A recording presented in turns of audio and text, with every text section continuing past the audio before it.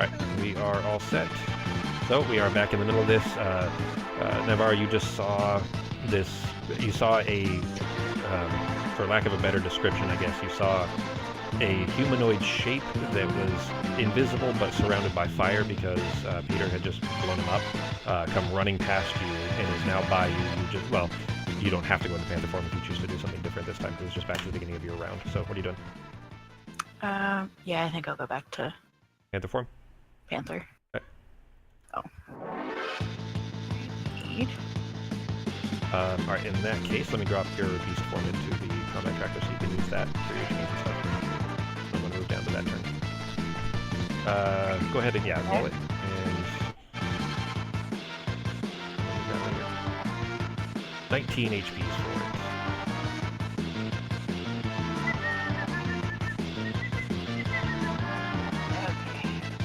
Alright, that is all set. You can use your... Damn! So the kind of still vaguely smoking shape next to you tried to reach over and bite into it and just bite open air and misses. You're going to do a claw attack? Yeah. That one also, so you tried to bite where you thought it was, but because there's nothing there, because, well, you can't see anything there, rather, it's just going wide and you missed it in both cases. Is that it for your turn? Yep. Okay. So you are still in wild shape, at least so far. You haven't lost that. It is not going to... The bad guy here is not going to use his legendary action yet. It is Ketis' turn. What are you doing? Okay. And so I could see where Navarro just tried to swipe, right? Yes, get a general idea of where he would be. Yeah, but you're still going to have disadvantage on the attack because he's invisible. Yeah, okay. Basically, until you guys make him no longer invisible somehow, or if he were to drop it or anything else, then you guys are going to have disadvantage on any attempts to hit him. Okay.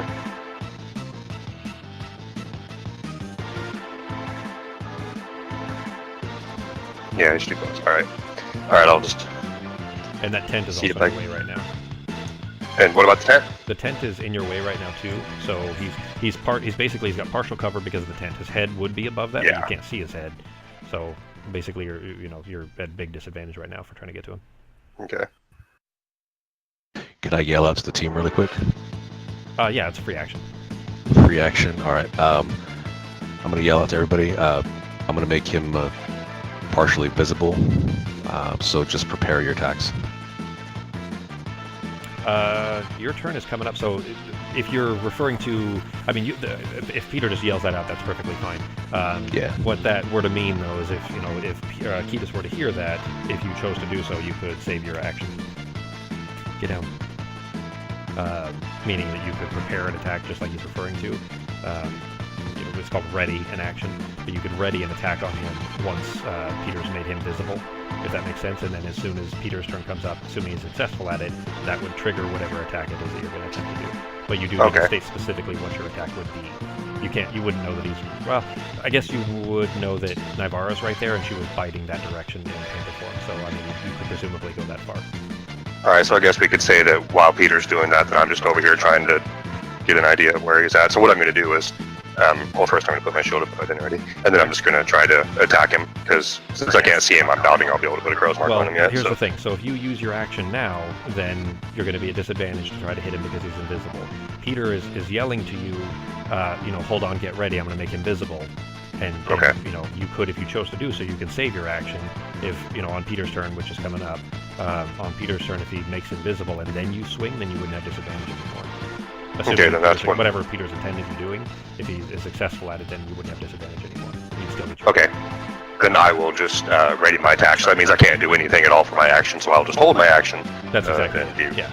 Be ready to go. Yeah, so your action is called ready in this case, which is you preparing a specific thing. Now, when you do that, anytime you ready your action, for something else, you have to be very specific about it. You have to say exactly what the trigger would be. In this case, the trigger would be when he becomes visible, because of what Peter's going to do, presumably.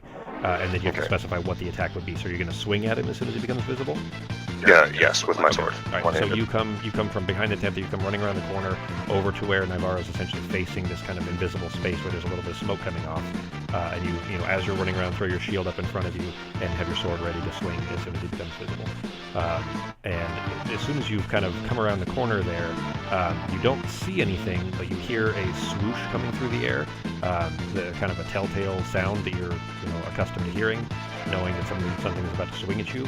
And just as you go to throw your shield up, you feel a jagged blade sink into your shoulder just above where the shield was, for a total of, you absorb some of it, for a total of 11 damage it looks like. Your concentration of your investiture of stone, you successfully held concentration, so even though this kind of slashed into your shoulder, it didn't distract you, you were able to keep your spell up.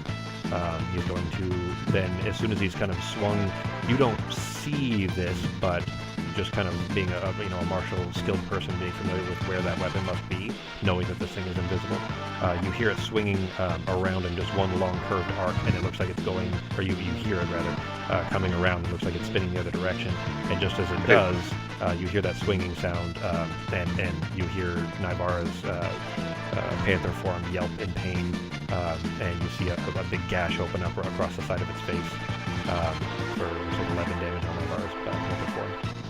Oh, goddammit, I dropped that on regular Nybara again. Getting used to how I set this up for you. That leaves you with 8 HPs on your panther form, Nybara. And that is it for its turn at the moment. It is Peter's turn. Okay, I'm going to move forward just a little bit here. Yeah, you are up on the rocks a little bit too. Yeah, I'm just going to move just 10, so I'm within 10 feet. Okay.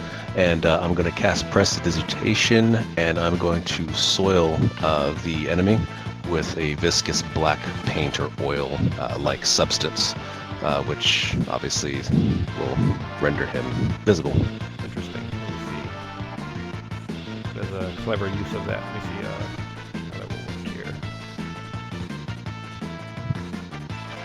You create an instantaneous harmless sensory effect such as shower of sparks, puff of wind, fake musical notes, blah blah blah. Clean or soil an object no larger than 1 cubic foot. He's a little larger than 1 cubic foot. Oh, I can't just chuck 1 cubic foot of dirt? Well, okay, Right on his so face. how it's worded, it says instantaneously clean or soil an object no larger than 1 cubic foot.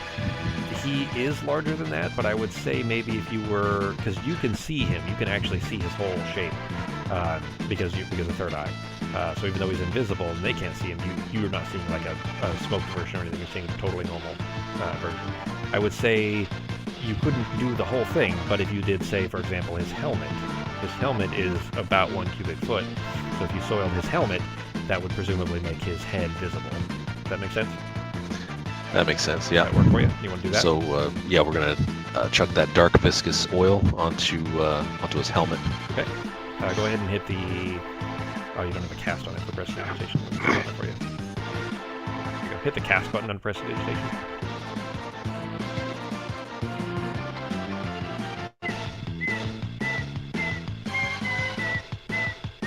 There you go. Okay, now I will go ahead and I'll say that's successful enough to have him no longer invisible. So he is now. The rest of him still isn't there. So if you did a called shot at like a leg or something, then you probably still have disadvantage. But if you're aiming anywhere near the head of the shoulders, let's say, because you could of course into it where his shoulders would be, then we'll say that that's no longer a disadvantage. So that's it for your action. Any bonus actions or anything for Peter? Do I have any movement points to step back? Yeah, you only use 10 feet or so to move there, so you still have the rest of your movement, 20 feet. Now, there was a bit of a rock ledge there that you were kind of like halfway hiding behind. So, I mean, you stepped behind it, you could, hunker down a little bit to, to have yourself less visible or something if you chose to. You don't have to, it's just telling you that's what was right there. Oh, where I'm standing right now? Yep. Yeah, if possible, just kind of tweak behind the rock a little bit, but Okay. I can still poke my head over. Okay. Any bonus action? Not right now. Okay. How about Toki? Toki is just going to run around the feet just to kind of annoy and harass. Okay. Under his feet then? Yeah, just kind of like how cats do, just kind of run around and be a nuisance. Let me grab that. Toki, there he is. Drop that on him. Cool. Alright, he is now being distracted by Toki running around between his feet. Toki, because he uses your senses, I'm going to go ahead and say that he can also use your third eye and therefore be able to see. So I think that's fair. So Navarro's turn. Do I get my... Oh shit! I'm Attack. sorry. Yeah. You get your ready to action, so you get your full slew of attacks. Okay. You already had that up? I didn't put my shield up yet because I couldn't start my action yet, remember? So I guess I'll pop my shield up real fast. Right, technically after I swing, I guess. Yeah, you're fine. Go ahead. Okay.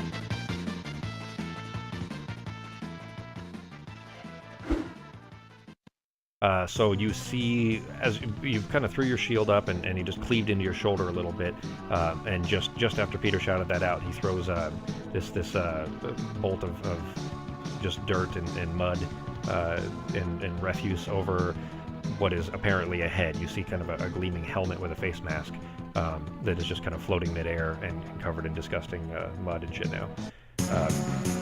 And just floating in air, and you kind of swing towards that, and the head actually moves out of the way, but it doesn't get out of the way fast enough to avoid this completely, and you feel, even though you don't see anything, you feel the blade sink into something just below where the helmet is, but it does hit. Go ahead and roll your damage.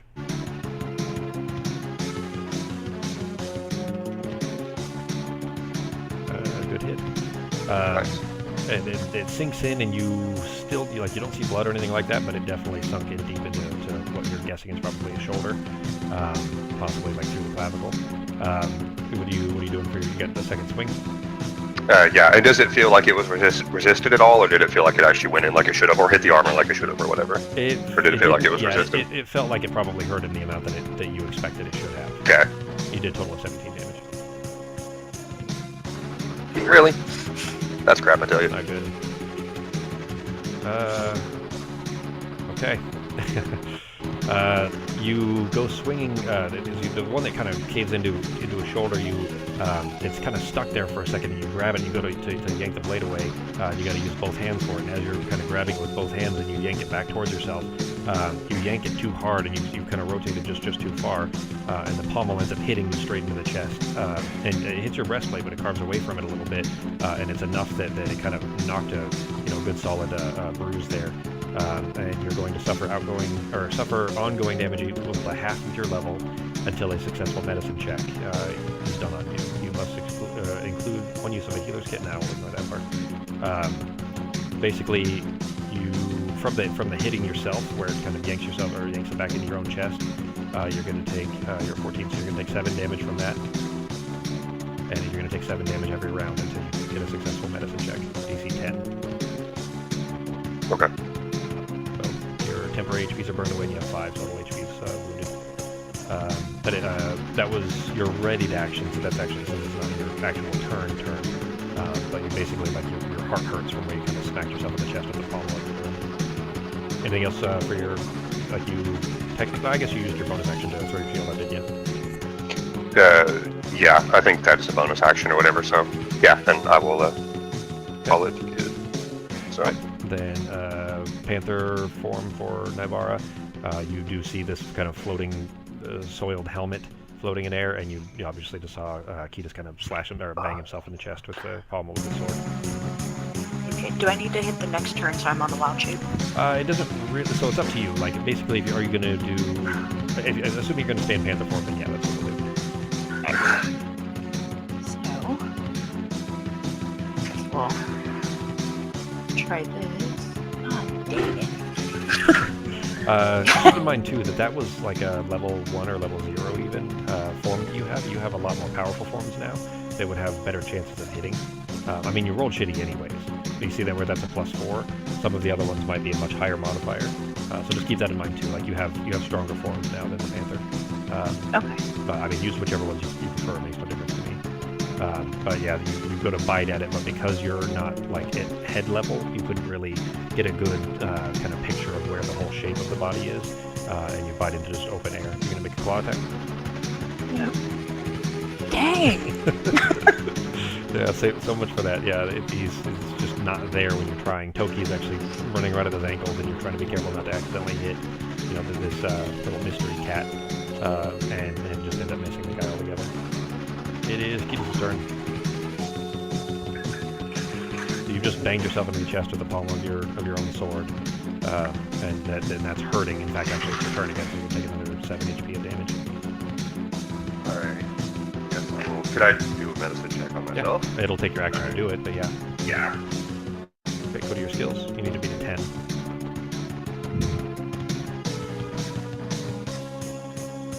Actually, I didn't realize you were proficient in medicine, so you've got a pretty good odds. You basically, if you roll a 1 is the only way you fail.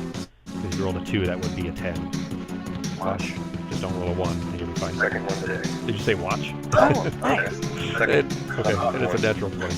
I feel like I should give you some kind of a benefit for that, but I'm not gonna. Yeah, what else can I do?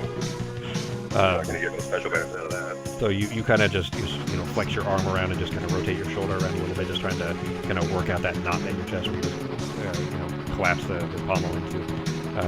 And kind of work that out a little bit so it doesn't ache so much anymore. You kind of bring the blade back up so that you're in a defensive stance, so you can take an attack or something if you need to. That was your action though. Any bonus action? I don't remember if putting the shield up was actually a bonus action. That might be free. Let me look. It's actually not. I think it is free action. I'm going to put my shield up. Bonus deck save. And then I'm going to use my bonus action. Because I can still, this helmet is still solid, right? So we can still see it? Yeah. Okay. And I'm going to throw my crow's mark on the Mr. Invisible over here. Okay. Go ahead and mark off. Well, don't. Yeah, you're on standard. Okay. Grab the effect where it says crow's mark damage, preferable stealth thing. Click that one, and that'll apply to you. Okay. And then grab the effect one, the one that says cursed, and drop that on the masked man in the combat tracker. There you go. Okay. And if you kill him, right, is that when you get the heal? I think so. Yeah, if the cursed target dies, so you don't even have to kill him. Yeah, that's what the middle one is. The heal is if he dies. Okay. That if you know what, actually, I'm going to do. Just gonna do like it. I'm going to do my action search. Oh, nice. Maybe you finally get to use that. Well, not finally. You'll have to probably fight since then. Did you have your mic down or something? You're really quiet, dude. Oh, I had it up. Sorry. There you go. Is that better? Yep, that's perfect. Okay. Do I hit the cast button on the action search? Or? You actually yeah. Go ahead and hit that cast button on it. Okay. And then go ahead and mark it off. Let's use. There you go. And you have your full round of attacks. So. What I'm going to do now is use my ring that has light in it. Okay. Let's see here. Go ahead and hit the. Go ahead. Do you have him targeted? Yeah, you do. Yeah, drop the cast on him, right? Yeah, drop the cast on him. Okay. All right. It looks like he succeeded on his save. It was a DC 17. He got an 18. So he succeeded on it, which means I think he'll take half damage, right? Yeah, I think so. A bright streak flashes from your pointing finger to a point you choose within range, and then blossoms with a low roar into an explosion of flame. Each creature in a 20-foot radius sphere centered on that point must make a dex save. A target takes 8d6 fire damage on a failed save, or half as much on a successful. Fire spreads around corners. Oh, god damn it, that's fireball. That's not. I was going to say that's, yeah. Light's not fire. Yeah, I think I want to change the wording to get the spell for light. Hang on 1 second. Oh, would it still have fireball information in there? Yeah, you had fireball last time, and I didn't change it when you switched it to light. I did still do the right cast when I dropped it on him, right? Let me check here. It's actually much higher damage, and I'm not sure that it even has a save. Necromantic energy washes over a creature of your choice that you can see within range, draining moisture and vitality from it. The target must make a con save. Target takes 8d8 necrotic damage on a failed save, or half as much on a success. Spell has no effect on undead or constructs. If you target a plant or plant creature or magical plant, it makes blah blah blah. That doesn't matter here, and higher levels that doesn't matter. So you point your ring out towards this and send out this beam of black energy with some green rivulets rolling through it, and it rolls over this shape. And as it does, you do see the full solid shape, not just the floating helmet. But as it rolls through it, it doesn't look like it had any effect whatsoever. Okay. You understand why? I'm assuming that it's not alive, so. Yeah, the description said it doesn't affect undead. Yeah. You know that, and Peter knows that for sure, knowing the nature of the spell that he was using. But it doesn't look like it has effect. Okay, so now I have a better idea then. Okay. Well, was your at least that was action, just my ring so then. That was your action to do that. So what's your bonus action for your action third round? Okay. You know what? I don't even think I'm that hurt or anything, so I think I'll just skip it. So. Right, and actually, as a legendary action, it is his turn, but using one of his legendary actions, as your arm is extended, trying to point that ring at him, he is going to slash at that hand. Is it possible to parry this or anything? He missed, actually, so he swung at your hand, and you yanked your hand back just in time. Are you going to riposte or anything? Yeah, I think I'll riposte. Okay.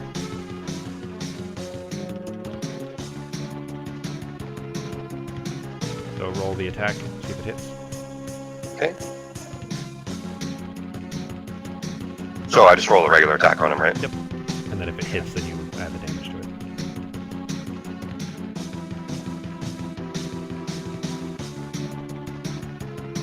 And it does, so hit the riposte damage, hit that effect first, and then roll damage. They're just swinging back and forth at each other. Good, go ahead and roll your damage. And with the crow's mark thing, that automatically applies. I don't have to do it every time, right? Correct, yeah. Okay. As long as that effect stays on. I think if you get knocked out, then it'll drop. Okay. You rolled a 1, and it still did a total of 21 damage to him, even though you rolled a Nice. 1 because you had the modifier and your for crow's mark, which is 5 extra damage, and then the damage from riposte, which is an extra 1d6. Yeah. Nice. And which you rolled Sweet. a 6 on that one. So basically, you point your ring at him and send this coruscating green and black fields over him, which he then tries to swing back at your extended hand and misses. You bring your blade around and slash at that kind of open missed attack and cut deep into his arm. And you still don't see any blood. You still didn't actually even see the arm except for the latent energy that was flowing over it. But that was it for his legendary action. Now he's actually going to swing, and that was with his left arm that he was swinging to that you cut into, and with his right arm he is going to try to. Let's see. He is going to push. He's going to do a pushing attack at you to try to knock you away. But he misses. So you feel the kind of swing come towards you, and you kind of just move your head out of the way, and he is going to then swing and doing the same thing, trying to push the panther away. This one is successful. He's basically slashed down at the panther's head, which is enough to knock you out of panther form and knock you 10 feet back. So you are knocked back there, Navarra, and you are kind of, as you're getting pushed back just from the force of the attack there, you are reverted back to your normal elf form. And as that's done, he is going to use his movement. Bonus action. He is going to, stepping through, not on, but because Togi is tiny, he's going to try to run over here to charge towards Peter. That is going to give you an opportunity attack. Go ahead and make it an opportunity attack. Quick. All right, which one do I hit? Oh, that's on Ketis. He's charging at you, but Ketis gets an opportunity attack because he's leaving Ketis' melee range. He was trying to push both of you back, and only succeeded at knocking Navarra back. Okay. Come on, quick. You're the only one that's been getting the swing on this guy. Because Navarra keeps missing. And Peter made it possible for you to be able to swing at him. That makes Peter the MVP right now. What's that? I was just gonna say, me and this guy just keep going back and forth here. Yeah, really, it was a lot of just back and he's a battle master anyways, so that's where he's getting these from. Hit. Go ahead and roll damage. Okay. As he was turning away, you kind of caved that into just into the back of the helmet there. It doesn't actually cleave through the helmet or anything, but it does feel like it hurt him. But he moved his way over, and he's kind of charged back towards Peter again. That is it for his turn. It is Peter's turn. All right, he is in danger close right now, so I will chuck a firebolt point blank, square into the chest. Okay. You have him targeted, yeah. You barely even extend your hand because he's so close to you. You're just running straight up on you, kind of almost like shooting from the hip. Just kind of point your hand extended out towards him a little bit, and it only goes 3 feet before it crashes into his chest and just envelops around him. Go and roll your damage. Actually, it's supposed to be 3 d6, isn't it? Let me look. Firebolt. Firebolt. You roll 11. Roll a sorry. fire at a creature or object within range. Make a ranged spell attack against the target. On a hit, target takes 1d10 fire damage. Flammable object taken by the spell ignites. Increases by 1d10 when you reach 5th.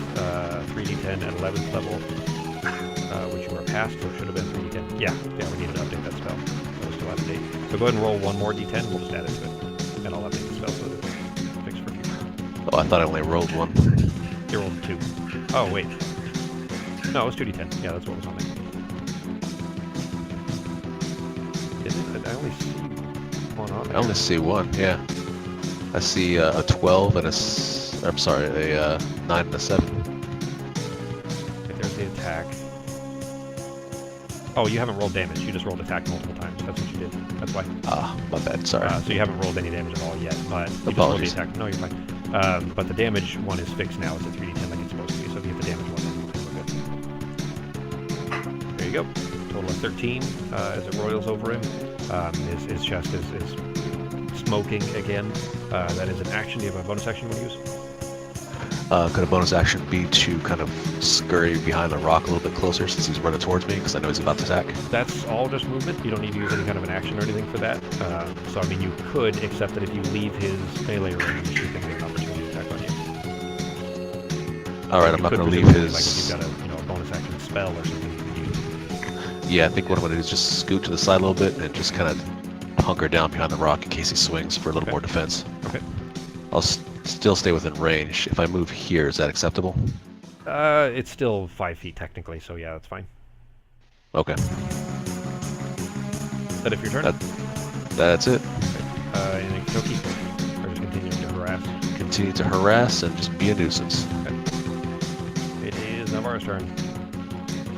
Alrighty. Well, we're gonna try some flame arrow You're no with longer, okay, yeah, you're not in the hands of flame anymore. that one. Oops. Wrong one. Oh, don't forget too, when you go into animal forms, you do have your rage option as well. You take it, like you would have been taking half damage the whole time. Really? Yep. Yeah, don't need a bunch of rage. Yeah, you can rage when you go into your animal form, which would mean you'd be taking half of any melee damage, and all he's done so far is been melee. Damn! Funny that like when one of you is gonna have like a shitty day, it's just gonna be real shitty. Like you just keep rolling bad the whole time. Okay, so you put up your flame arrow and try to shoot him. Okay. So you concentrated and focus as the arrow kind of begins to glow orange.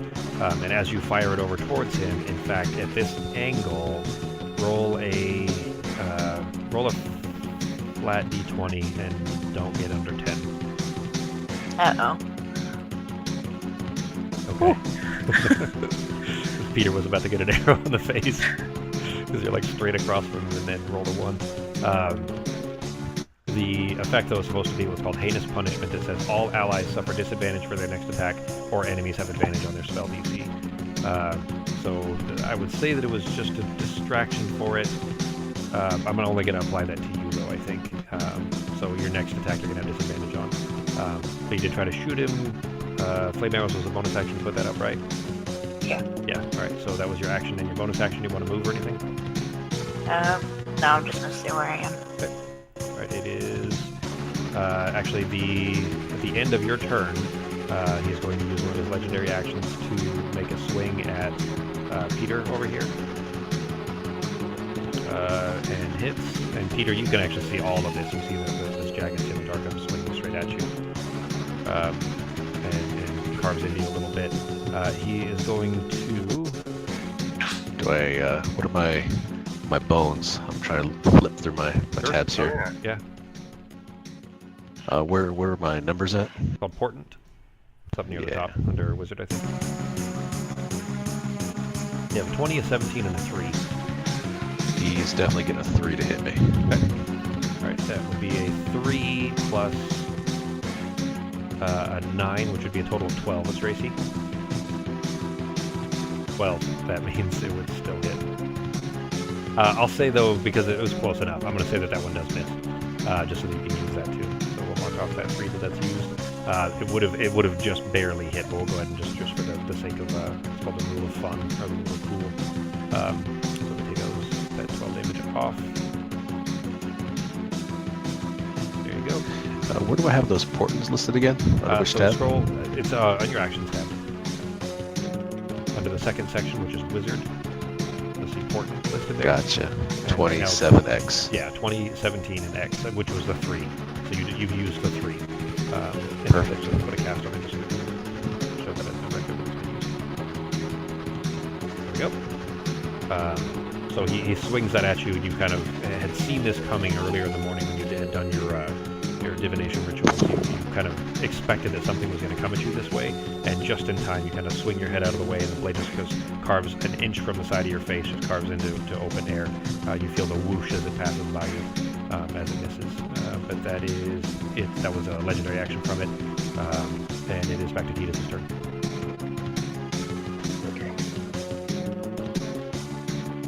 I took those HPs away too, so you didn't take that damage or anything on Peter. Okay. You say bye? Oh, you're leaving? Oh, I guess it's 2:30 or something now. Alright, hang on a sec, guys. Okay.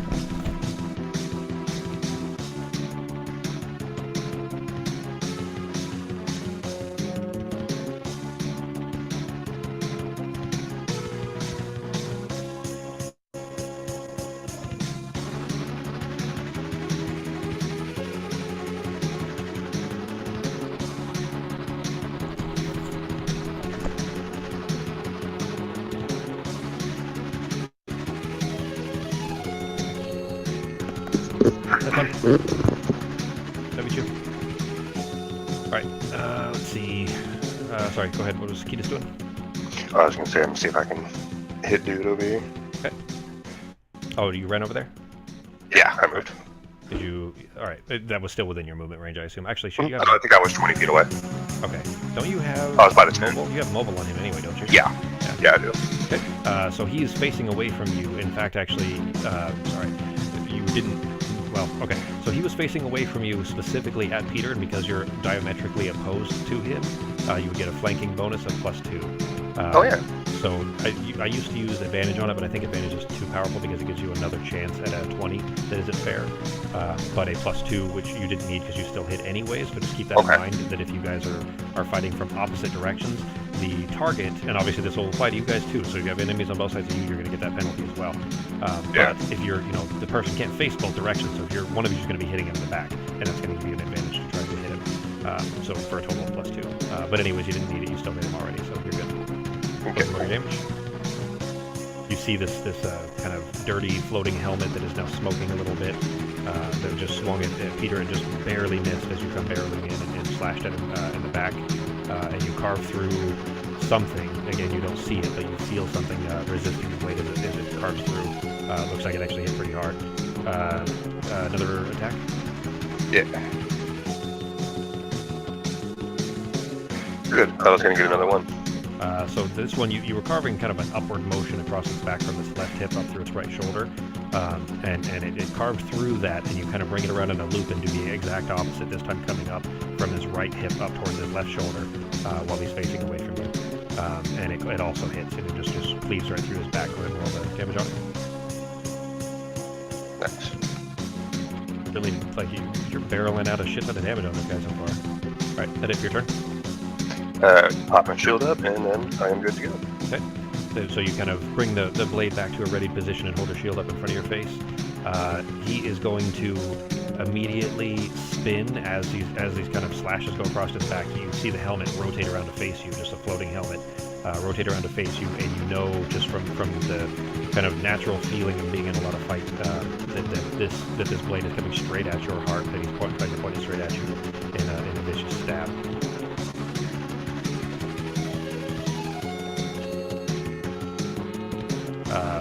And he tries to stab it towards you.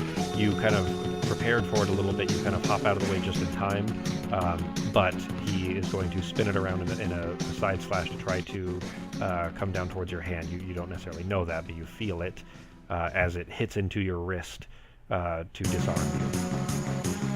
Can I do a reaction to this? If it hits, it hit. Okay. He already did. It's a save. You need to meet a 16 strength save. You can do a 16. Strength save? Yep. Okay. You did successfully keep your concentration from the hit. Hey, buddy. Okay. I'm playing right now. If you guys don't need me, you take the doggies out there. Can you take the doggies out there? 22. Yeah, you successfully. Okay.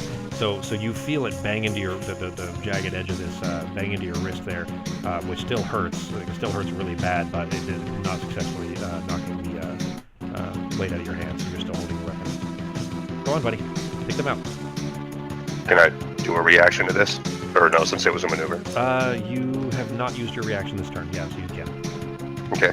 See if I can hit him with the Hellish Rebuke then. Okay. Since he didn't like my blight, damn it. He rolled a 9 versus your 17, so he failed. Haha. Alright, Bastard. let me read the info for Hellish Rebuke. It is, you point your finger, and the creature that damaged you is momentarily surrounded by hellish flames. The creature must make a dex saving throw. It takes 2d10 fire damage on a failed save, or half as much successful ones. Is that leveled already? Yeah, 60, It goes levels. I Yeah, think. it's leveled with you, which makes it 60-10, and he did fail, so he's going to take full damage. So I can roll a 60-10.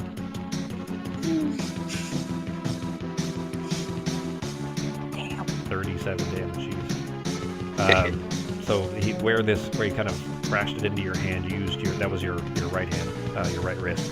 You take your left hand and just kind of jab it into open air, so you can't see him, and you feel your fingers collapse into some kind of chainmail.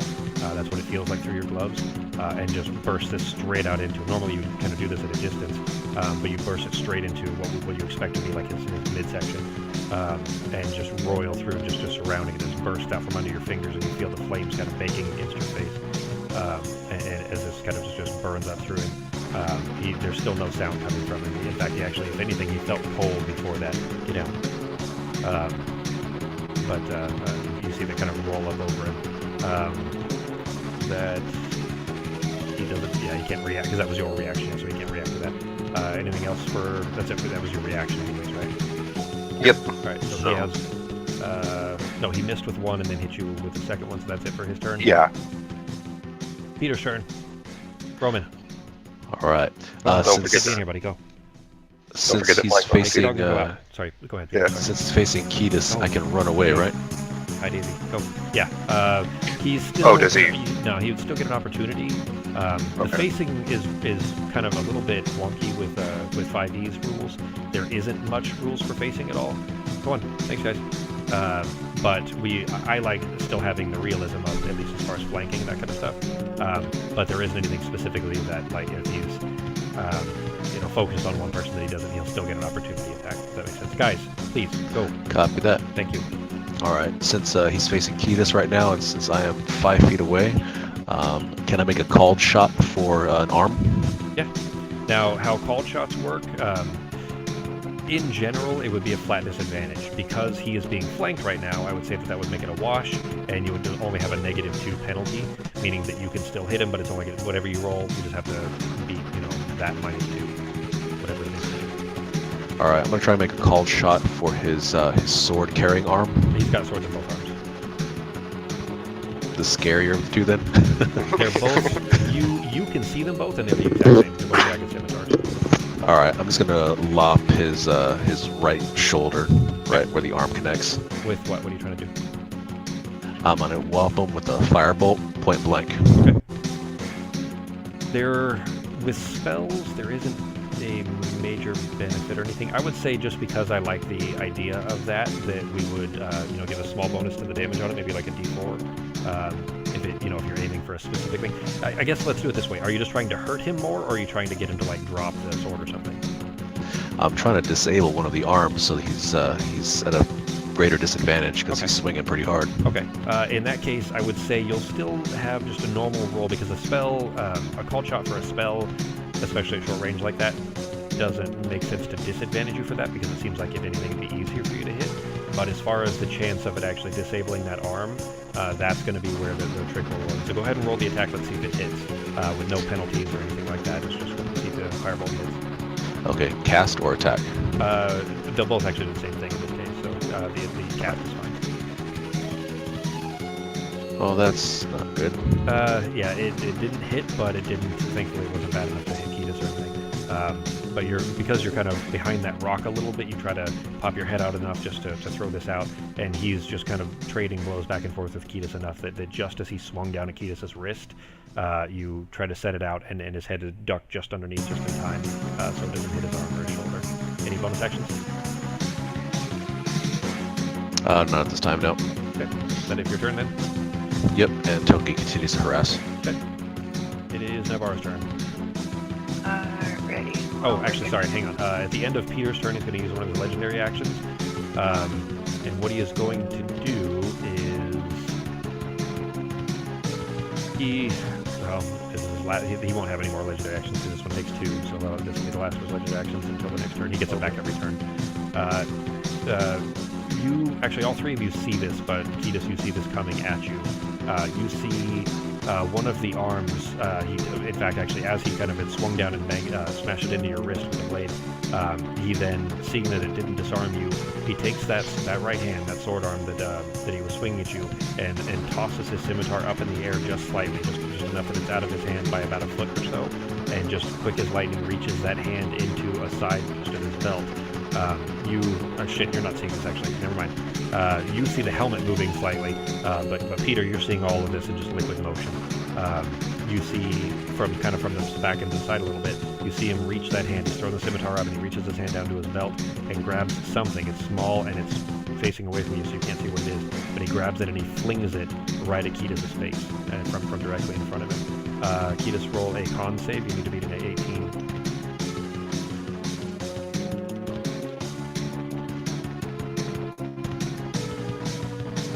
Not with that. That's bad news. You see the helmet moving back and forth, but because these motions aren't the kind of martial attacks that you're used to, it's not swinging something at you, swinging a chunk of steel at you like you're used to seeing. It's not something you're quite prepared for, and you don't see anything coming, but all of a sudden you feel a sharp pain in your neck. Like a pinprick in your neck, and almost instantly it takes effect. But you feel that pinprick, and you have like half of a heartbeat before you just feel the heaviest weight begin to just kind of settle on your shoulders. Your eyes go, your whole body begins to go limp, and your eyelids just kind of close, and you just slump to the ground, unconscious. Not dead, just asleep. Well, that's cool. I'll start anyway, so y'all can finish up some nap. Yeah, it's nap time for Ketis. That does mean you're prone, which means that if he hits you, he has advantage on the attacks. Okay. Ranged attacks would be a disadvantage, but melee attacks would be advantage. Navarro's turn. That's it for his legendary actions until his next turn. Okay. Go about there. Okay. So you kind of hop around carefully around the tent there in the little log that you guys had set up. And kind of come around where you get a better angle at the floating helmet. What are you doing? Just gonna shoot him. Dang it! I almost feel bad for you. Like, you ruin all my fun when it comes to animal monsters, but at least with this guy, you're not hitting anything. like I should have some kind of pity on poor Navarra here. But yeah, same thing. You kind of send out another orange glowing arrow, and it just goes wide. And not only does it miss him, but it goes sailing straight over the edge of this cliff and goes just sinking down into the distance, far, far away. Probably gonna end up, hitting some helpless bunny at the bottom or something like that. Of course. Any bonus actions? No, not right now. All right. It is Ketis' turn, but he's asleep, so you don't get a turn. And this, you guys, well, okay, again, Navarro doesn't see this. Navarro, you actually see his helmet, this floating helmet, lean forward until it's like facing downward, basically, like it's looking down at Ketis. Peter, what you see though is the helmet and the rest of it begins to sink down. You see him actually lowering himself down and reaching very clearly.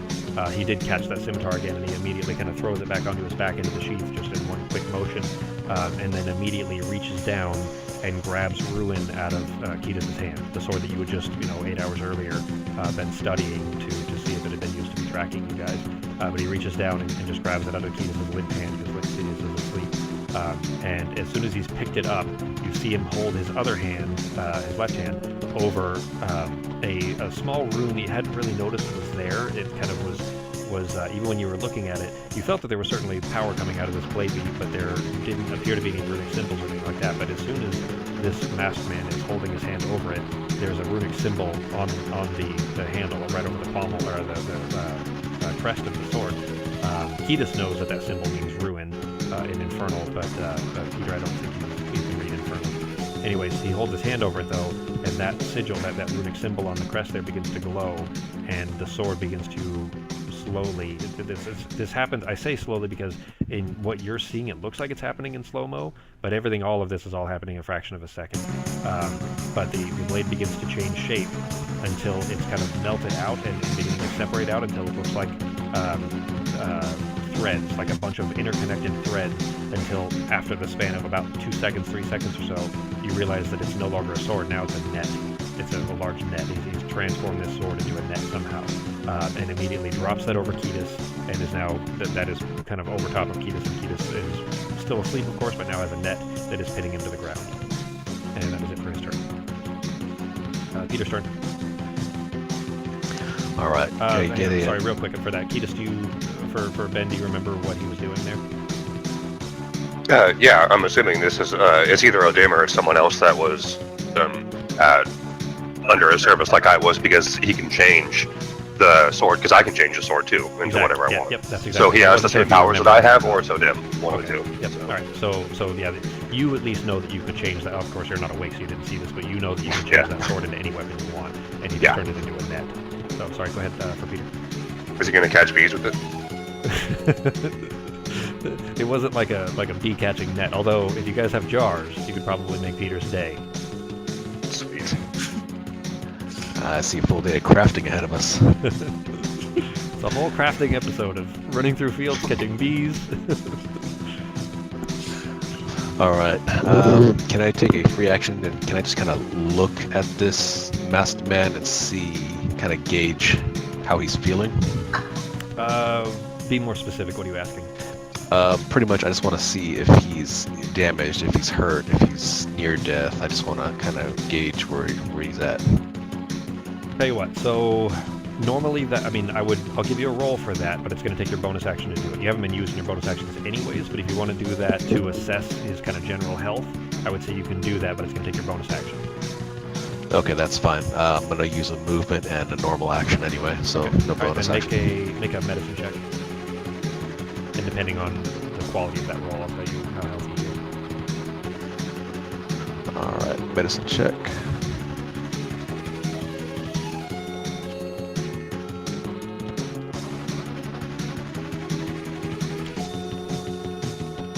Looking him over, he has multiple. I'll say it this way: he looks like he should have multiple wounds. You guys have torn his armor in numerous places with various slashes and burns and things like that. But he does not look like he's been affected by almost any of it. He doesn't look to be slowed, or you guys have definitely hurt him a lot, but he doesn't look like it's impacting him significantly. I'll say that. Really? Based on that roll, yes.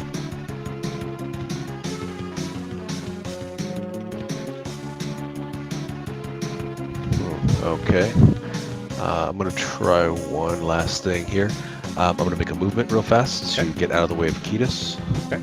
I'd say specifically because, you're almost there anyways, and he moved forward to actually go over Ketis. I just didn't want to put his token on top of him, that you were outside of melee range, and that technically he would be like here, basically, and you were over here.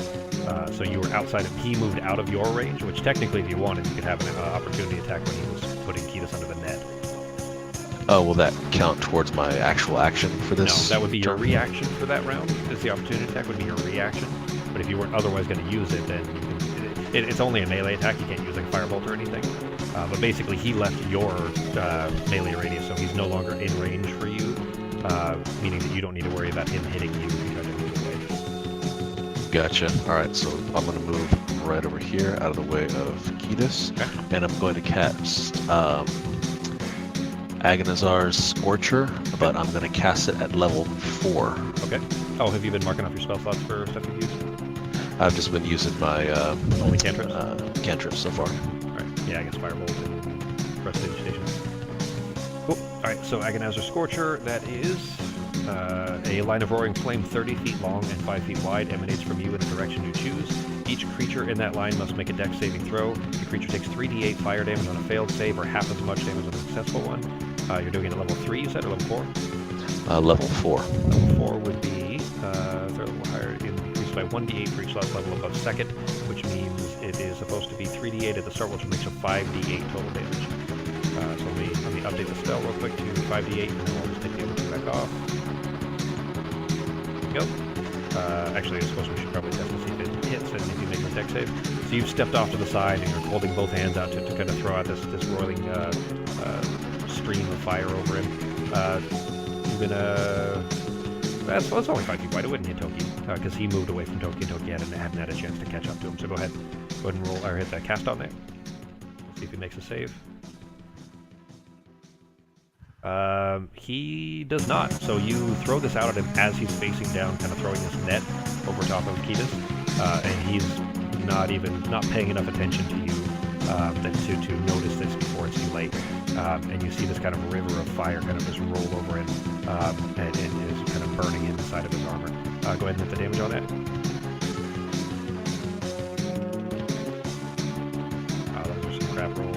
That was garbage. Yeah, a 1, a 2, a 3, and a 4. That sucks.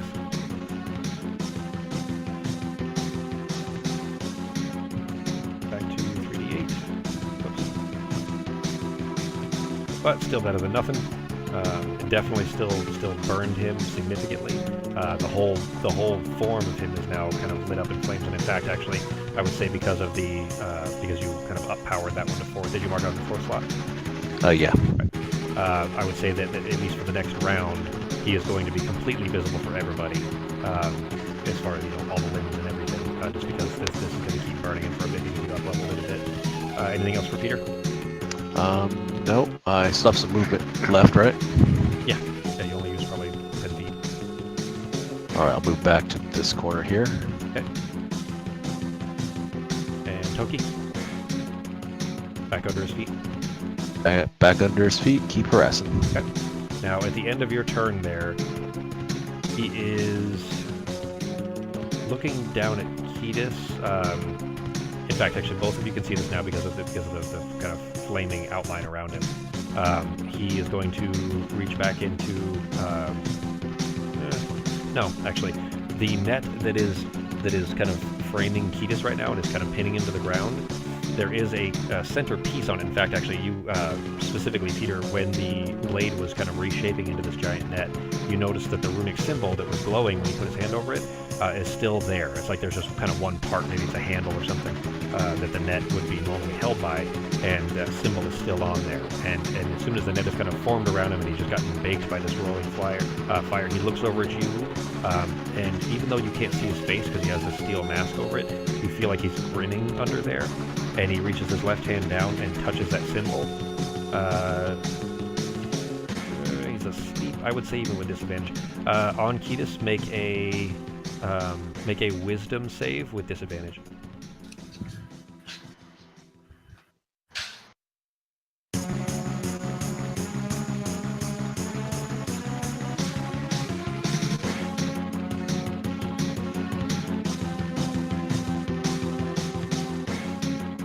That's crap. Oh, that is real sad because that was a 20 that you dropped. It was a natural 20 that you dropped and ended up with a 7. You're not conscious to recognize what is happening, but something, if you were conscious, that they would something that would feel familiar. It's been a while, but something that would feel familiar to you if you were conscious happens, and you're. Well, okay. So for Ketis, you don't recognize what happens, but for Peter and Navarra, Ketis disappears. And the net collapses to the ground, and he's just gone. Oh shit. It is Navarra's turn. What are you doing?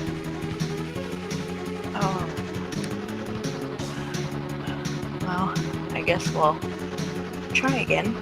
Maybe. Hopefully this time. Hey! Yes! Like the 8th time. It's the charm. The 8th time is the charm. While he's kind of distracted and leaned over and pressed that sigil, and Ketis' body just disappears and the net collapses to the ground. He's not paying attention to you, and now that you can see his kind of whole shape as his flame is surrounding him, you kind of take aim and try to aim for the spot just under the shoulder, basically the armpit, where the armor is weakest, and you know that if you can get a good shot there, it'll sink in through the chainmail. And the arrow, sure enough, sinks straight in through just to the armpit, and he yelps, and his arm comes kind of swinging up. Go and roll the damage on it. Regular damage or the flame arrow damage? The flame arrow one. I built it all into the flame arrow one for you. So it'll do your arrow plus the effects for the fire. Yeah, click that a fire, and then you put the damage on there.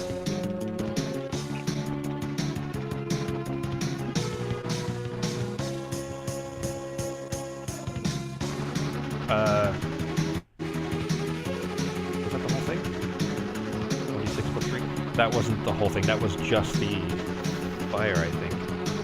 Hang on, we'll redo that one real quick.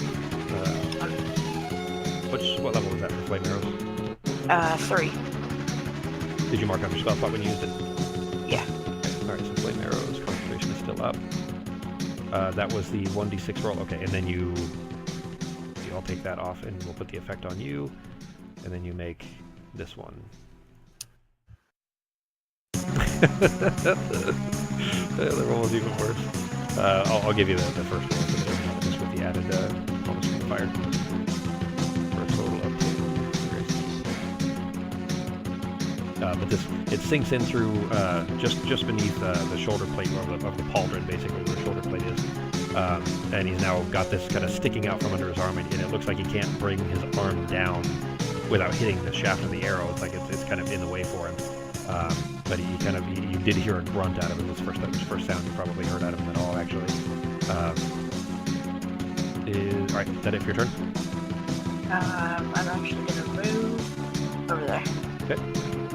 He is going to, at the end of your turn, he's going to use one of his legendary actions, and you see, again, because you can see him kind of breathe in these fire around him, he is going to reach down to his belt and fling something towards you. Go ahead and make a con save. You need to beat an 18. What is he? No! I think it's in the truck. Did we leave him in the truck? I think so. I'll go get him for you a little bit, okay? Playing the game. But go on, I gotta play. I'll come see you guys in a little bit, okay? It's so I can hear my friends. One is Ben, and one is Becky, and one is Sako. Yeah, they're all in there. I gotta play with them though, so go play with Roman. I'll come see you in a little bit, okay? In a similar motion that you saw the kind of helmet bouncing around, now you actually, with this kind of ghost of fire shape, essentially, see something flinging towards yourself, but it's just too late. You don't have time. And this one actually sinks into your shoulder, but you feel just a small dart kind of sink into the shoulder. And similar to how you saw Ketis kind of slump down, the same thing happens to you. You kind of, this thing hits you, and you just immediately feel this kind of heavy weight, and you go collapsing to the ground to sleep. Lovely. It is now, Ketis is gone, so it's not him. It is this guy's turn. He is actually going to...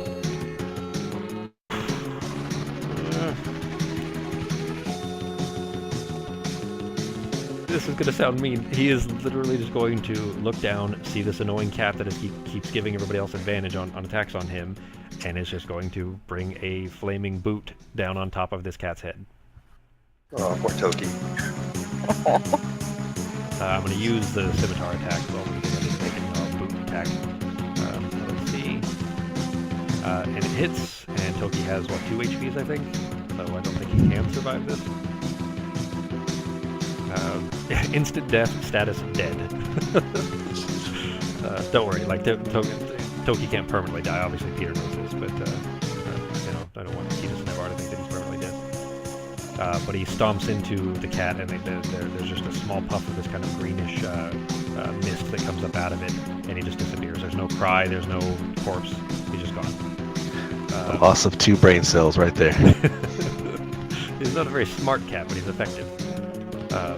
And for his second attack, he is going to... you know what? Actually, he's seizing the opportunity now before anything else could get in the way. 5, he's going to run over towards Nybara. He is going to, with his second attack, bring his jagged scimitar down through Nybara's, just right through her belly, laying on the ground. Oh, he'd have advantage, actually, which I hit anyway, so it doesn't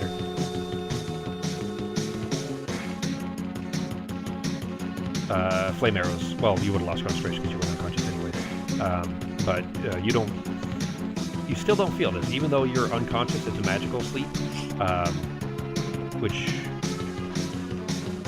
yeah, it would. Okay, so anyways, he brings this down through your midsection, and Peter, you see this happening since you can actually see the whole shape and not just the ghost. As soon as the blade has sunk through, he passes his hand over the crest of this blade, and sure enough, just like the symbol that was on Kitas' sword, you see this kind of runic symbol appear, and he presses it, and Ivar disappears.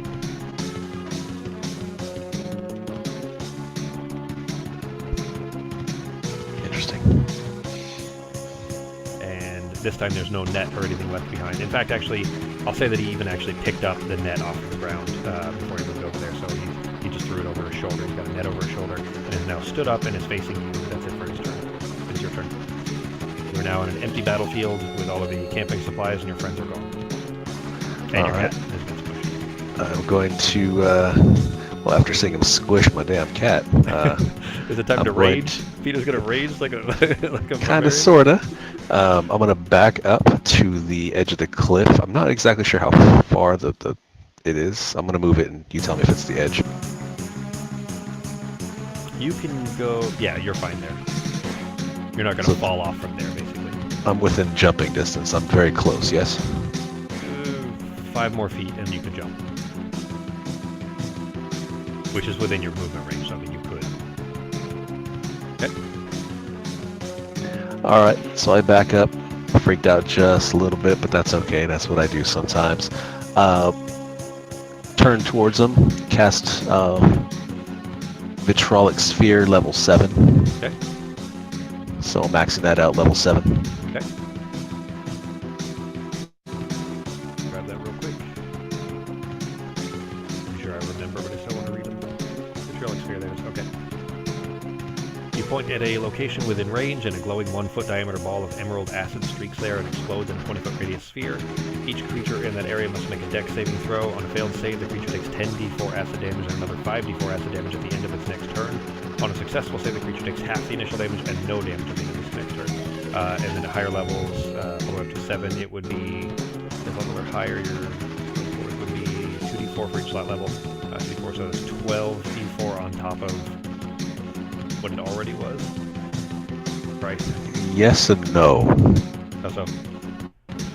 Because this morning I saw me cast a natural 20.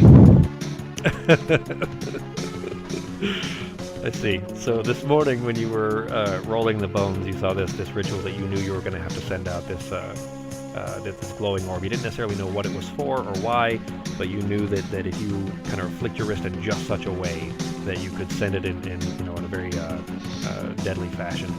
Go ahead and mark off I'll take care of the 20 for you actually. So we're going to give that a natural 20. Don't squish my cat. Yeah, so there wasn't kidding about the rage, I guess. So it was going to be 12 plus the 10 that's already there, which makes it a 22 d4. Because how am I going to fucking do that? I can't count 20. I gotta erase this one and put it back. While I'm casting this, a huge Wu-Tang Clan flame just shoots up in the sky.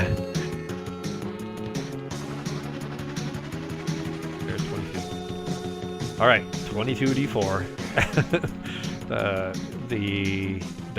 So that's what's on there now. To make it auto crit, I don't remember. We'll double it.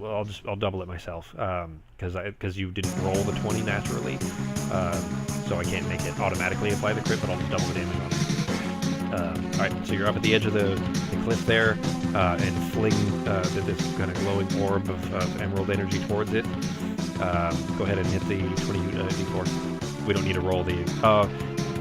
He still technically gets a dex save, so go ahead and hit the cast button. All right. So he rolled a 15 plus 7 is a 22 versus your 18 DC, so he did succeed, meaning he'll take half damage from this, but it'll be double damage because of the crit. So what we'll do is, basically, crit would have been double, he took half because he saved, so instead of doing any modifiers, whatever the 22d4 comes up as, that's the damage it will do. Is that fair? That works. Alright, so go ahead and hit the 22d4. So just hit damage. Yeah, that one, exactly. Damage extra 22d4. That's How insane. many ones is that? Well, yeah, that's kind of sad. Actually, you got 1, 2, 3, 4, 5, 6 ones, and then some 2s in there too. But that's still 52 damage, though. That's like from well, I guess it's a 7th level spell, but still. All right, let me fix this real quick. It's supposed to be 10, right? Is the base? Yeah, and then the acid damage too. Right. Yeah, and then his next turn, maybe I did 11 on accident.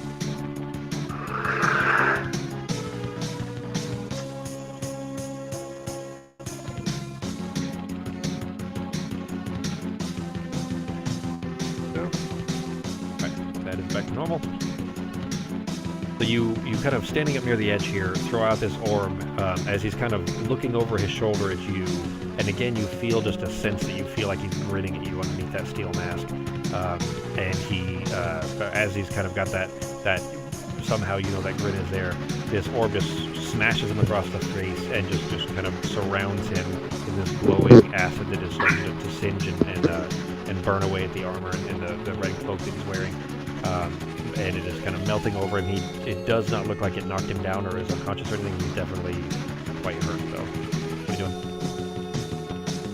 All right. I'm going to hunker down behind a rock where I'm at right there. Just kind of kneel a little bit. Not prone, but just still within movement. And await his move. Okay. In that case, it is his turn. Oh shit. I didn't really have that much movement. He is, obviously it looks like he's pretty wounded at this point, but is kind of taking his time is how I'll put it, moving towards you. He gets to about here, and then he just stops. And looking at you, you're kind of hunkered down behind the rocks there. He's just stopped and staring in your direction. He doesn't even try to be careful or subtle about this. He's not even like trying to move fast or anything else. He reaches down to his belt. Reaches down to his belt, and you see him kind of pull something up out of it. He kind of looks at it in his hands, and then kind of just pulls his wrist back the way that you would if you were throwing a card. He flings something in your direction there. He is going to... It's only a save, it's not an attack. I'm going to give you a small benefit to your roll, because basically you've got some cover, because you're hiding behind the rock. And normally how that would work is you would have, cover you would affect the, you would basically add to your AC for it. But because this is a save and not an AC-based roll, technically you shouldn't have any benefit there. But because I feel like, because it is a physical action of him trying to throw something at you, you get a small benefit to it. So you're going to get a +2 to your con save, but you need to beat an 18 on the con save.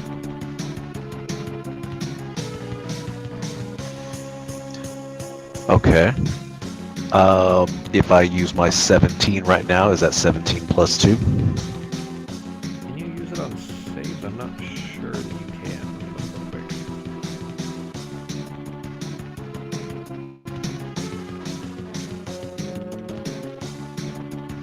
Starting at second level, when you choose this school, glimpses of the future begin to press into your awareness. When you finish a long rest, roll 2d10s and record the number, or 2d20s, record the numbers rolled. You can replace any attack roll, saving throw, it's right there, or ability check made by you or a creature that you can see with one of these foretelling rolls. So yes, you can.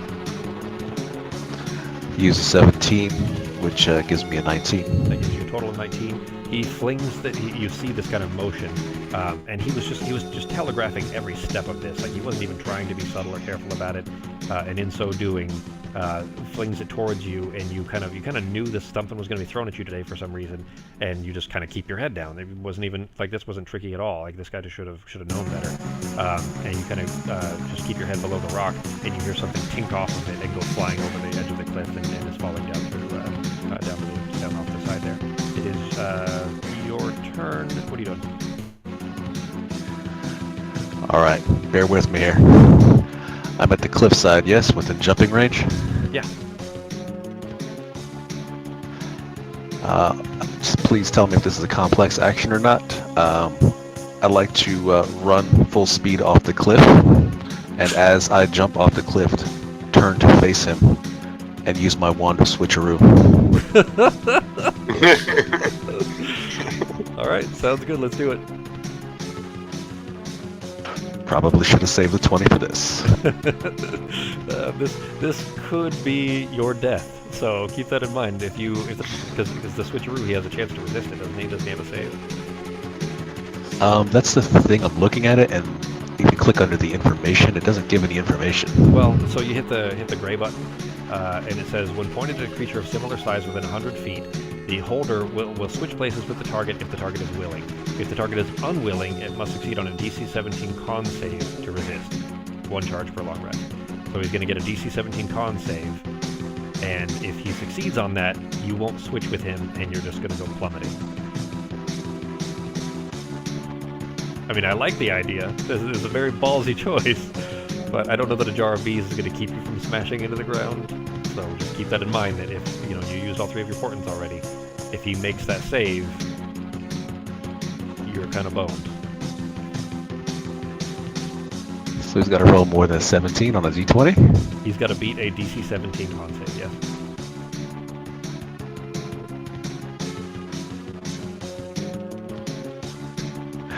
This might be interesting.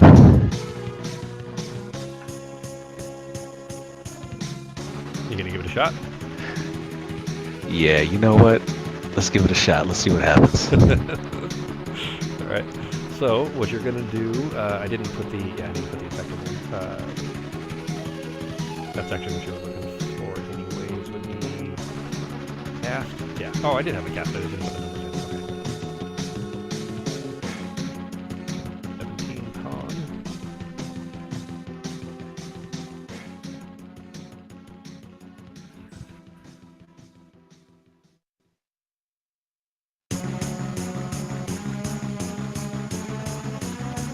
Set it to set.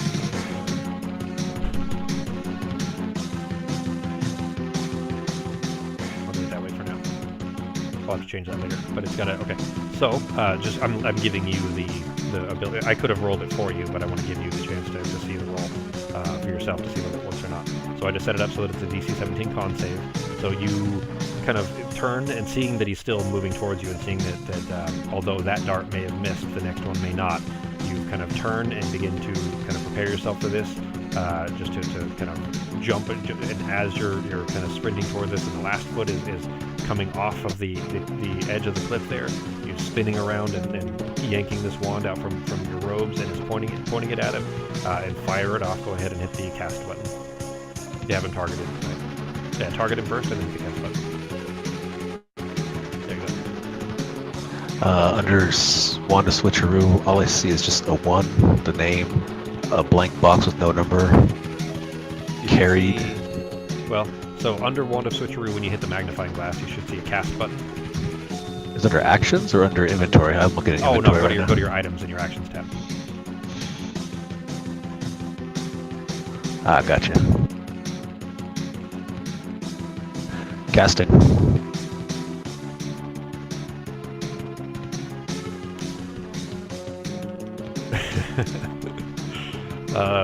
You spin around, and just as your foot is coming off of there, you aim this back at him and kind of fire off the incantation that's inside of it. You see a swirling, almost pink color, like orangish pinkish color, just kind of blitz out from it, but it's kind of rotating in air like a ribbon almost, and you see it smash into this kind of grimy helmet of this guy. I mean, you can see the whole shape, but it kind of smashes into him, and you don't feel anything. There's no ground under your feet, and it is very quickly, the ground that is down there is 150 feet below, but it's moving up towards you very fast. You are plummeting down towards the ground. That's it for your turn? Son of a bitch. Shoot. Yeah. All right. I guess that'll be it. Jar of bees be damned. For Peter, in fact, too. It is back to his turn. With you falling through open air up here, you're kind of still looking up, just dumbfounded that thing failed you at the very moment that you actually needed it. You do see, it looks like he's all of a sudden in a hurry. You see his face appear off of the edge of the cliff almost immediately, looking down towards you. And he is going, he already had one in each hand, in fact, that it looks like those same kind of darts that you saw him throw. And he's standing on the edge there and fling something towards you. You know what, actually, no, sorry. What, buddy? Give you your what back? Daisy, give him his blankie back. Well, you guys can share then.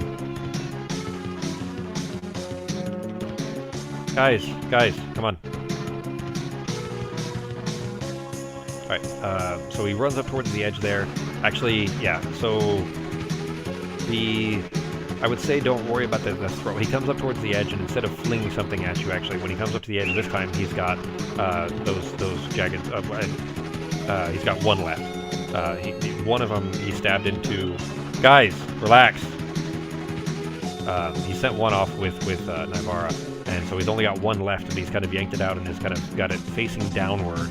It's not a knife. You really shouldn't be holding that direction. It's got, a full long scimitar, but he's facing it downward, holding it in both hands, and it's just barreling towards the edge of the cliff there, and jumps off the edge, and is falling towards you. And there isn't any way for him to catch up in open air. You're basically, it's terminal velocity, you're falling at the same speed. But you are plummeting down towards the ground. He's 10 feet above you, and the wind is just whipping by you. You're looking back up at this thing, this guy just kind of collapsing towards you as the ground continues to come up faster and faster and faster as you're just barreling down towards the earth below. You feel at first, you don't see these, but you feel just branches and wood splinter beneath you as you're collapsing through the canopy of the trees below. And just branch after branch just cracks into your back and breaks this bone here. And another one kind of goes up through your ankle and just tears through the foot. Your foot is still there, but it just rips up through it, and your ankle is broken. And you hit another branch this one is just off of kind of the middle of your midsection there at your back, and you hear just a cacophonous crack, and you're just certain that all of those ribs all the way up and down on your left side there are immediately shattered. But it doesn't even matter, because immediately after you hit the ground below, and you only have a fraction of a second after hitting the ground before you lose consciousness. But within that time, before you actually lose consciousness, the guy falling above you that you've now kind of broken a path of broken branches for has kind of caved in right above you. And just before your eyes go dark, the blade that he was holding out towards you sinks straight through your chest, and you just have the briefest moment of shock of looking up. You see that sigil there on the runic symbol on the crest as he presses it, and you disappear. And you're gone too. And let's go ahead and take a quick break now that the three of you have all disappeared. And we will come back to this in 5. That work? Yeah. Yep. All right, everybody. That works. So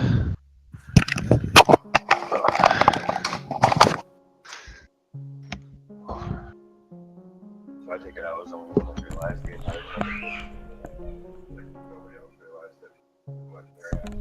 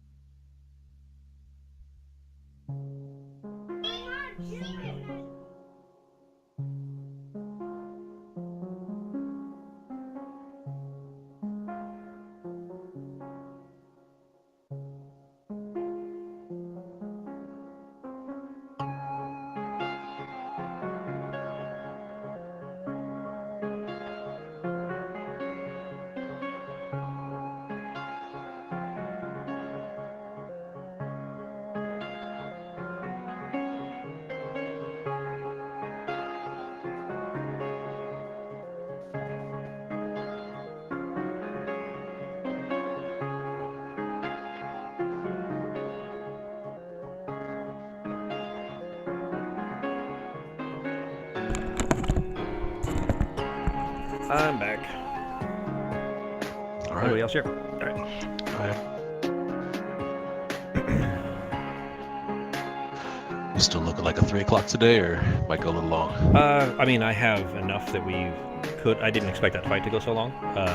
But yeah, I mean, we can, we'll basically kind of intro the next scene a little bit, and then we'll call it there. What can we say? We fight till the end. And Peter's sake, maybe the real end. Is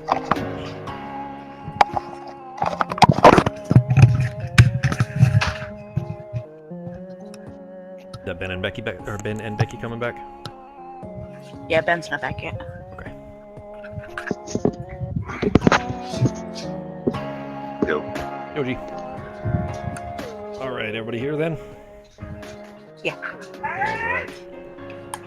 What was that? The dog. Domino. She's the deaf one. She makes her own noises. Yeah, that didn't sound like people. Or that didn't sound like. Oh, yeah, sound like people. She has the weirdest like growls and stuff, like happy growls. They're not mad. And Yeah. she just talks all the time because she can't hear herself. So she's funny. All right. Getting back into it here. The three of you have just in the middle of this fight with this masked entity. All three of you have been either captured or stabbed by a blade with a marking on it. I guess Ketis, I guess Navarre's the only one that doesn't know, because Ketis knows what that symbol is, and Peter was able to see what he was doing. So you each awake, kind of. So actually, first, Ketis, your eyes snap open, and you're instantly familiar and aware of where you are, with a very severe, unsettling feeling in your stomach. Knowing where this is and what that must mean. And then 6 seconds later, you see Navarra appear next to you, and her eyes snap open, and then 18 seconds later, next to the two of you laying on the floor of this place, Peter appears and his eyes snap open. Although we'll get to that in a second, actually. Just all three of you have an obnoxious, just pounding headache. Your eyes open, you find yourselves each tied very securely to a gurney in a dimly lit room filled with swirling mist. The floor is covered in broken tiles and long decayed refuse. The paneling in the walls is distressed and torn in places, with dripping graffiti of bizarre, nonsensical phrases all over the place. The longer you look in any one direction, the more disturbing the image becomes, as if looking through static, so you keep having to kind of turn your vision, and even if you're just trying to look straight ahead, you kind of have to look a little to the left and then a little to the right and back and forth the way that you would through a screen, because if you just look straight, it starts to static out. And what you're looking at, you guys can go ahead and close the map. What you're looking at, like this. And Ketis, this looks familiar to you. You've been here many times. It's been a while, but you've been here a few times. Navarra and Peter, you've never been here before. Ketis, did you ever describe to them what this place was? No, I probably wouldn't have gotten into any detail. I probably just would have told them that Odin takes me, to a certain room that doesn't seem like it's either here nor there, Sure. But this probably would freak the shit out of me, so I probably wouldn't, honestly, wouldn't talk about it in depth, because it probably would scare the hell out of them. Sure. So. Okay. Then what you guys are seeing, basically the three of you are all strapped to gurneys and pinned down. You can look around and see this kind of dripping graffiti just written all over the place of different things, different crazy things. The place looks obviously pretty worn down and broken. There is a row of the whole wall, basically, to your right, is windows. And looking out through it, you see what, to vaguely describe it in a way that would make sense initially, it would feel like this place is underwater. But instead of water, what you're seeing is mist, and it's floating in kind of a wavy form. And you do see in that mist various things that are difficult to process. You're seeing things that are kind of assaulting your sanity there. It looks like tentacles, it looks like teeth, it looks like eyeballs, all over the place, just floating randomly like they're swimming through this mist. And you can't focus on any of it. It's all this kind of gray, thick gray mist. You can't focus on any of it because, again, as soon as if you're staring at something, it begins to static out. You have to constantly be moving your eyes around to keep from being able to, to keep being able to actually look at anything.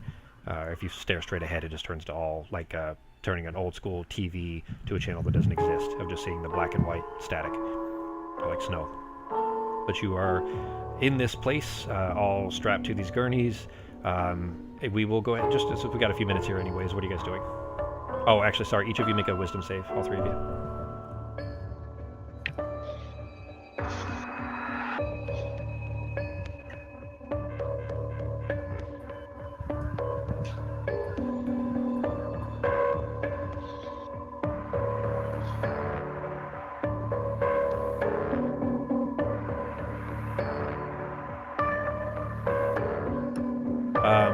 That headache that I was describing, all three of you are kind of holding it back, but it feels like it's trying to... That headache doesn't feel natural. It doesn't feel like it's just a booming headache. It feels like there's something outside of your mind trying to get inside your mind, and that's what is causing the headache.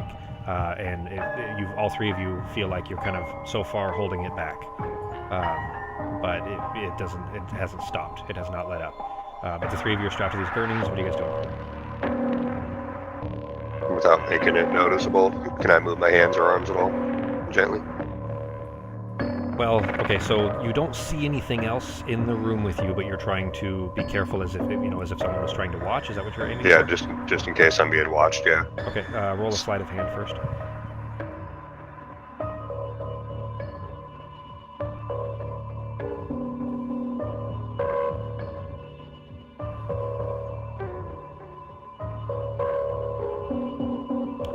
You're pretty confident that where your hands are, since they're so close to your sides, that you could kind of wiggle them back and forth without being too visible, and except to your companions, which are on your left and right anyway.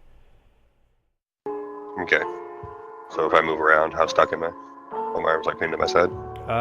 I'd say make a dex check with disadvantage. I'd say I'll give you the choice. You can either make dex or strength check with disadvantage if you're trying to. Although strength would not be a subtle. So if you're trying to be subtle about it, strength probably wouldn't be the way to go. Alright. But dex, if you make a dex trying to, wiggle a hand loose or something without it being visible, that would be the way to do it. You're trying to get it out of there's a cuff around each of your wrists, like a strong leather cuff that is bolted to the gurney itself, and you're trying to wiggle your hand back and forth. It's going to take more effort. So far, it's just not loose enough to be able to get that out at all. Okay. Are Navar and Peter doing anything?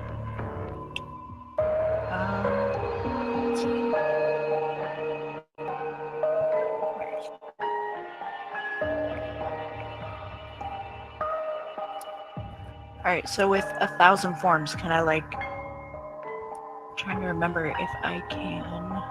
That's a clever idea. Let's look here. You can make pretty significant alterations, but...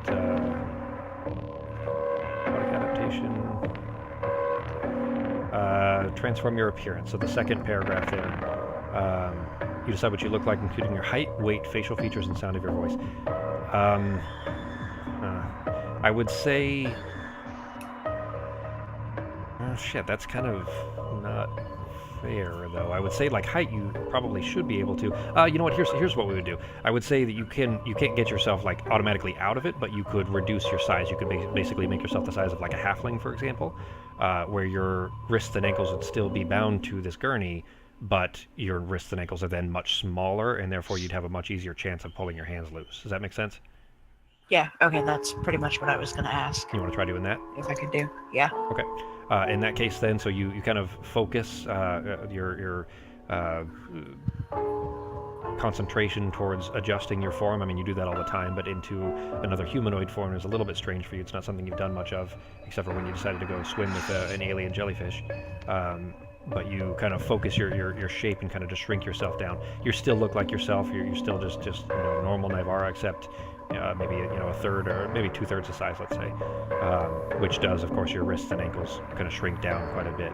I'd say make a. Are you trying to be careful about this, or are you just going to try to yank your hands out? I'm just gonna try to yank my hands out because if they see me go smaller, they're obviously gonna know what I'm trying to do anyways. So. Okay. Go ahead and make a dex check, and I would say even this time you have advantage actually on it.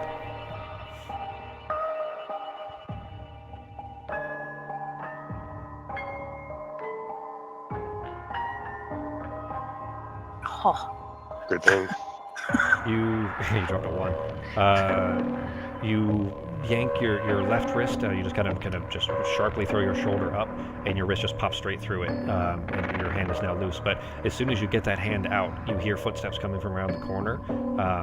Ketis rather, has only ever seen this one room of this place, and you've never heard people walking through it. You hear voices and screams and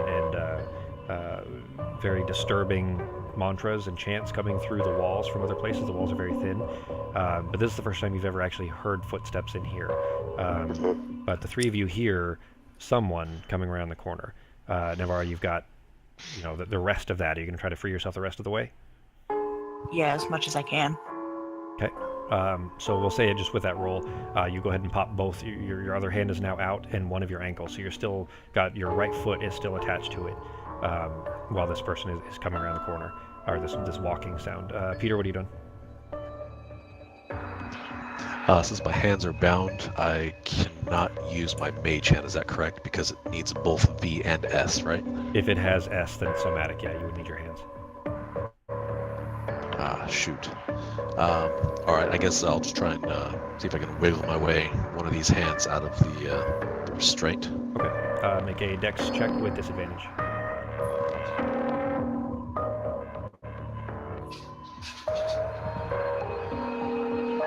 Dex save or just dex check? Just check. Yeah, check. Left side.